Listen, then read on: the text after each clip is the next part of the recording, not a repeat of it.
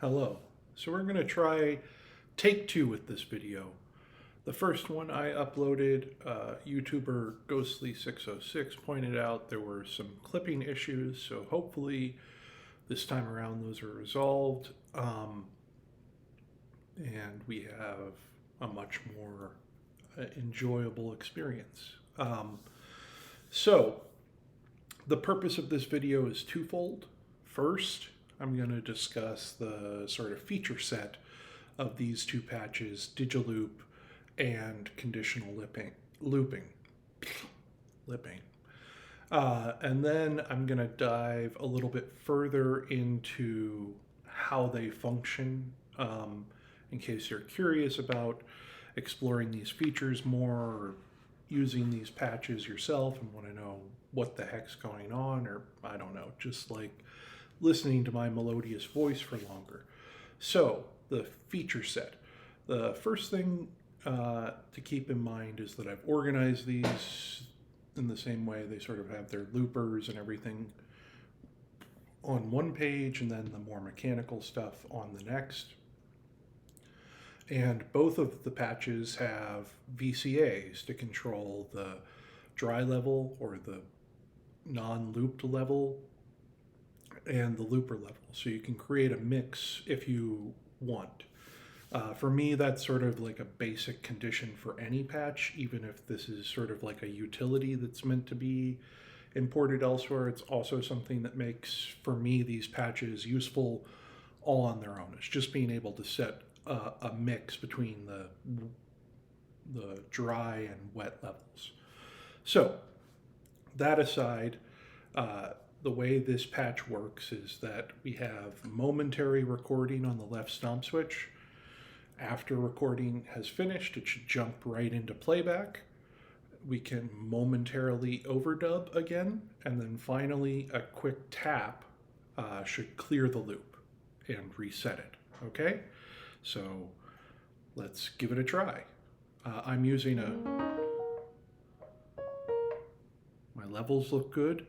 I'm using a Yamaha Reface CP as my instrument here. Makes it a little easier to press these buttons on the desk rather than a guitar. So that's what you're going to hear. Let's go ahead.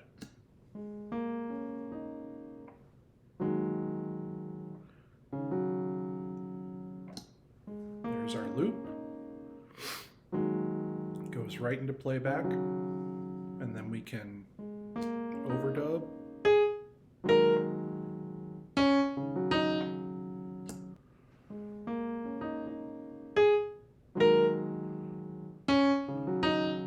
Maybe not the most musical thing ever, but we can overdub again.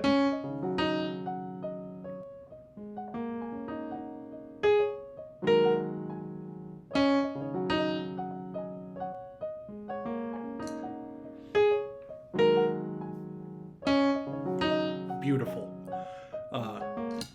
And a quick tap will clear the loop. If you're finding this tap a little bit hard to get, it really does take a very quick tap. You can adjust the delay time on this ADSR to a longer value. I'll come back and discuss what that ADSR is doing in more detail in just a minute. So let's look at conditional looping. The idea with conditional looping is that you can press the left stomp switch and you'll be armed to record, but recording won't begin until a condition is met. So in this case, we're going to be using an audio threshold, which I've created by sending an envelope follower. The envelope follower is connected to the left input into a comparator.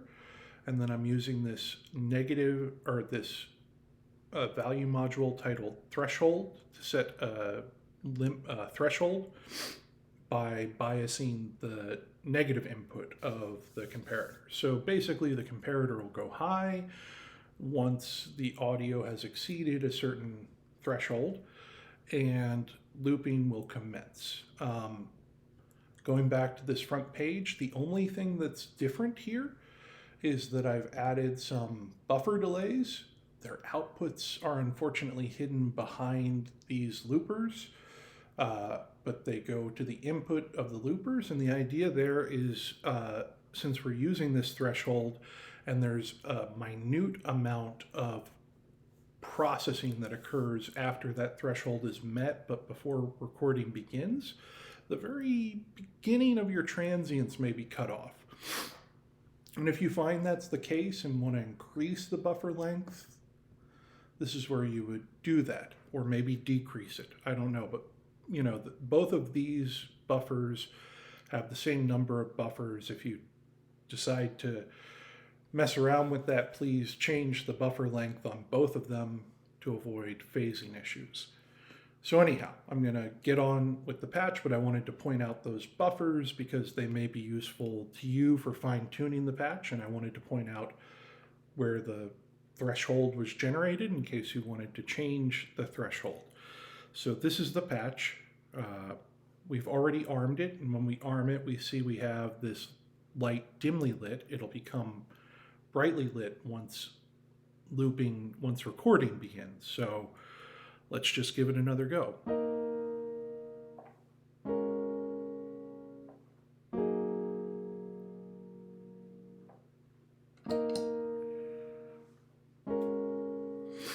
So this is a really nice way, I think, to sort of capture a loop, you know, the way that you want to play it in, you know, rather than trying to, you know, for me, a lot of times it's like, oh, you know, pressing the button or the stomp switch, and then it's only after the fact that,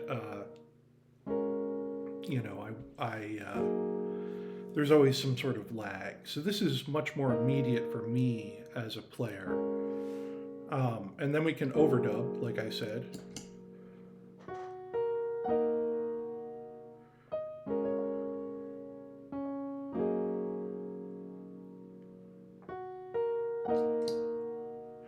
And I don't know if you noticed this, but the overdubbing works in the same way. The looper gets armed, but it doesn't begin recording again until that threshold is once again met. So right now we're armed, but we're not recording anything. I press the stomp switch again. But once I start playing in here,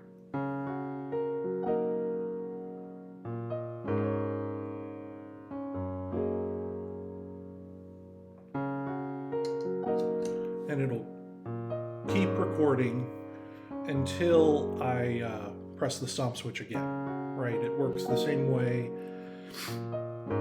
So the first press arms the looper, then the threshold is met, and then you end looping by pressing the stomp switch again. And here we aren't doing a short tap thing. It could probably be worked out if you wanted to, but this one wasn't made with that specific request, and I find the tap dancing routine that you can get into with these things hard to keep straight. So I just put the reset on this middle button. You can reset it, clear the loop, start over again.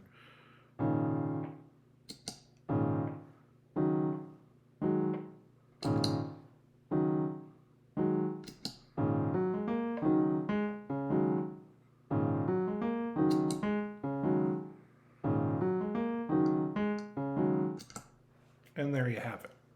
So those are the two patches on sort of like a functional, I want to use this level. Let's dive a little bit further into how they work. Sorry, I've got a bit of congestion right now, so my voice is stuffy. So this one, Digiloop, is pretty straightforward. What we have here is a stomp switch that goes right into the looper's record input. That's momentary. It also goes into two other places. One is it's inverted by this comparator. It goes into the negative input of the comparator. So when the stomp switch goes high, the comparator goes low, and vice versa. They just trade off. And the output of that comparator is used to gate this sequencer. So basically, when the stomp switch is pressed, the comparator will go low, and when the stomp switch is released, the comparator will go high, and the sequencer will be advanced. And the sequencer is a 3-step sequencer, non-looping. If you watch the first video, this is something that I corrected in the process of the video. So I'm not going to pretend like I made that error again and go through that process.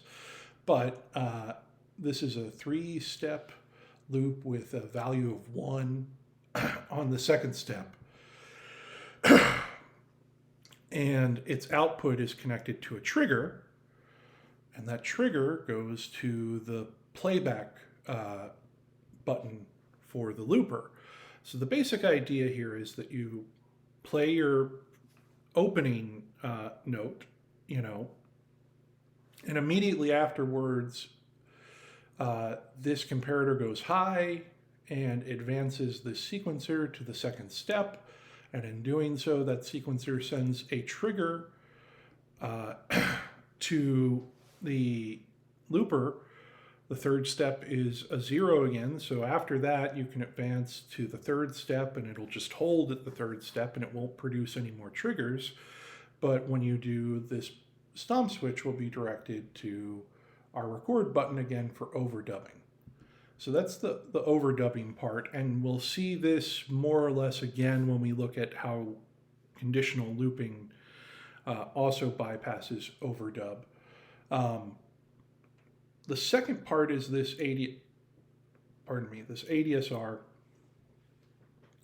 And what's happening there is we have this comparator connected to a multiplier, and the ADSR goes out of the multiplier, and then the output of the ADSR, or the multiplier, goes to the restart input of the sequencer, and it also goes to the negative input of the comparator. And what's happening there is when you press this stomp switch, this is sort of like a delayed trigger, right? This ADSR. It's delayed by 80 milliseconds. And we could make this out of a CV delay and a trigger. I made it out of an ADSR because that's just sort of what came to me at the time.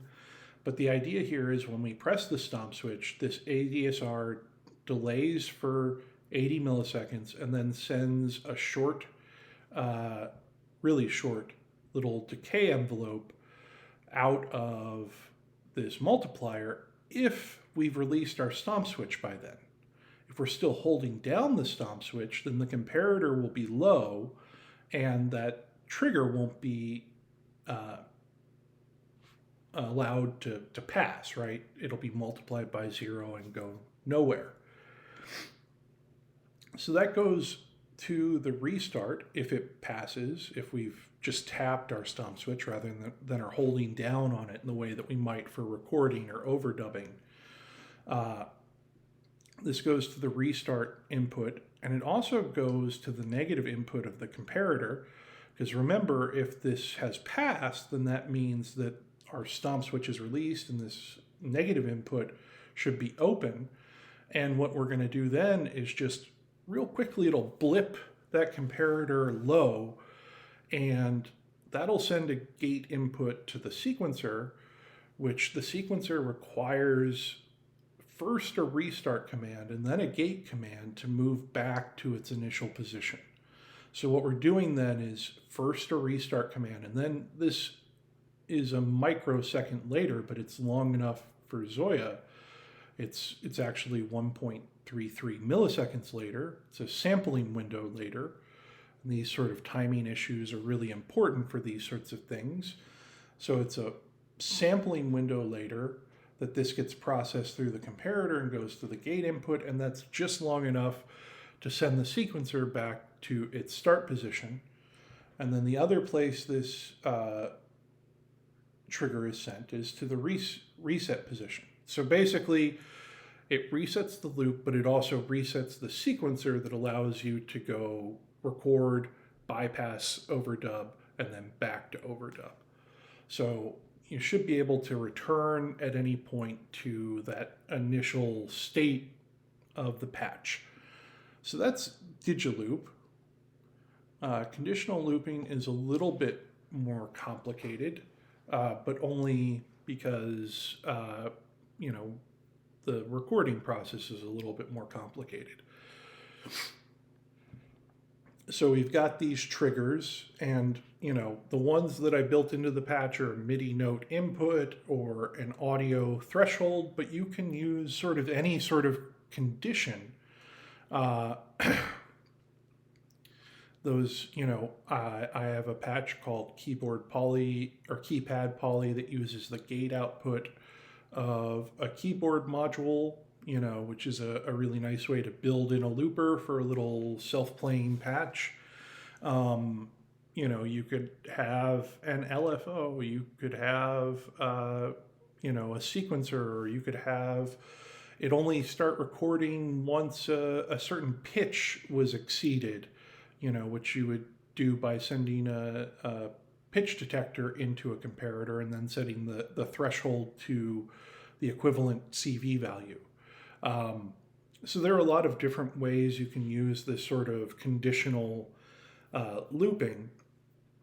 I think, for me, the audio one is the most common one, and then maybe the MIDI input is quite nice if you want to build a polysynth or something like that to play externally. I have another patch called Keyed Poly 4 that works that way. And the thing I'll point out about that is, sorry, got excited. The thing I'll point out about that is that it has multiple MIDI note inputs because it uses more than one voice. In that case, all of the gates will go to this sample and hold. And this is where those triggers go. So let's talk about that part.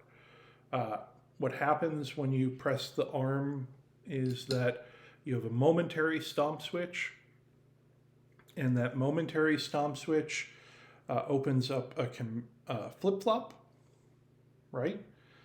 But the flip-flop waits at the input of this sample and hold, saying, I'm ready to record, until we get to the point where that trigger is received from one of these conditions being met, or whatever other condition you have being met. And then that sample and hold goes to a multiplier, and the multiplier is also joining the flip-flop. And this is where our record input comes in. It also confirms our little, we are recording full tilt. The other one comes from the flip-flop. So the flip-flop makes that pixel dim because it says we're ready, everything's waiting at the sample and hold input, and the output of the multiplier says, no, we're really recording now. And the reason why there's this extra step, right, because you might be thinking, why not just use the output of the sample and hold, is because we want to have this stomp switch, end the recording. So if we press the stomp switch again, while the sample and hold is high, because this isn't connected to the stomp switch, it won't go low. It'll just hold whatever value was at its input when that trigger was met. So, this is a way to have the two of them sort of work together. And this will keep being refreshed every time that threshold is exceeded. So the other advantage we have here is that when the output of the multiplier goes into a CV invert and then goes into a trigger, which goes into the sample and hold, what that'll do is sort of clear out the sample and hold once recording has ceased. It'll set it back to, it'll make sure that it checks its input and sees that this flip-flop has gone low at that point. And the reason that works is because when this multiplier is inverted, when the multiplier is high when you're recording, the CV invert will be at -1. And then when the flip-flop unflops or whatever, the invert will go high to 0, and the trigger will read that it's rising CV and fire. The other element that's on this page is a bang module. What that is just a value biased 1 that's connected to a trigger at its output. And the way that these work is that a bang module is something that you can put in the patch when it loads, just to make sure if there's like a start position that you want. What'll happen is when the patch first loads, it'll see this biased value as the value module going from 0 to 1, just once. And it'll fire a trigger. And in this case, that trigger does a couple of things. No, just goes one thing. I thought it went to the reset. Maybe it should go to the reset. Well, if you want to send it to the reset position, it probably doesn't hurt. But really what it does here is if you've, for whatever reason, left the patch in the armed state when you load it, it will read that, right? This flip-flop is high. So again, we have a multiplier, and the multiplier will allow this trigger to pass to the flip-flop's input, and that'll turn the flip-flop low. So, in that way we can have a patch that sort of resets to the position that we want, how we want to use it to begin with.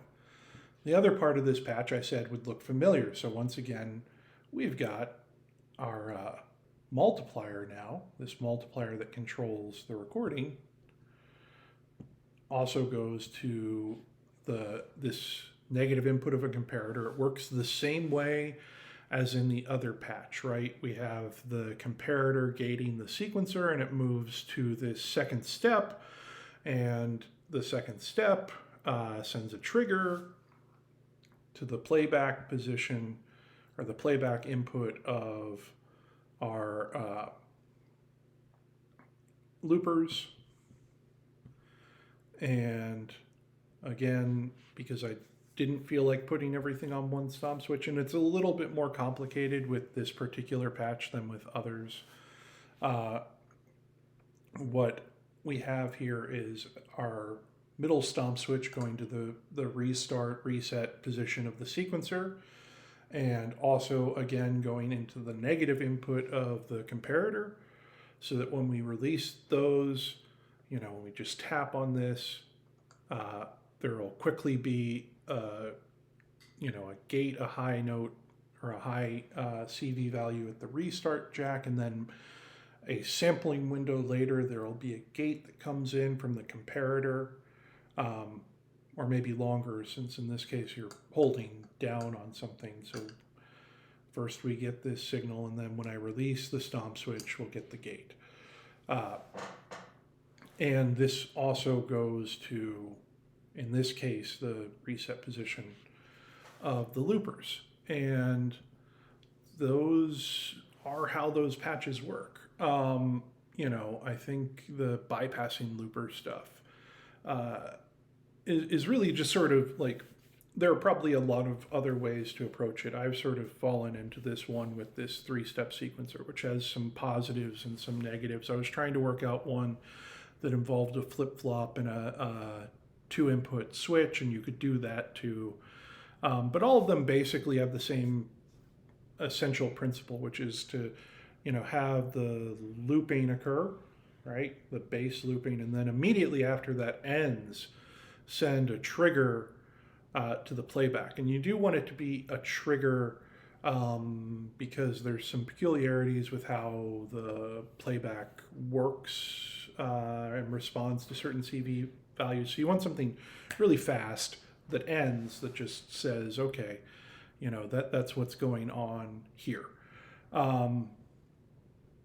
But, the rest of it is just sort of thinking through, how do I want these things to work, and, what can I do to make sure, I discussed this a little bit during the generative patching live stream. This uses some logic gates. There's some NOT gates and some and gates and that sort of thing, but I never really thought of them as logic gates.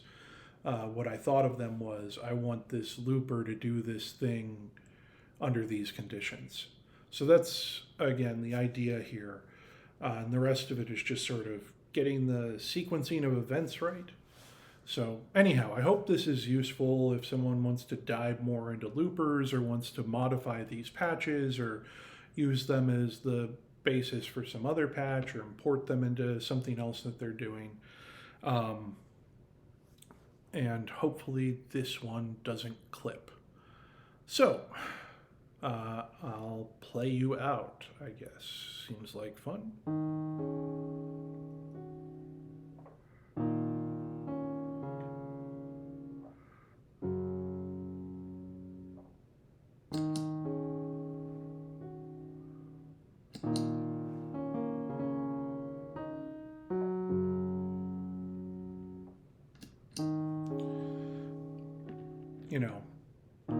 Thanks for watching. If you've made it this far, the magic word is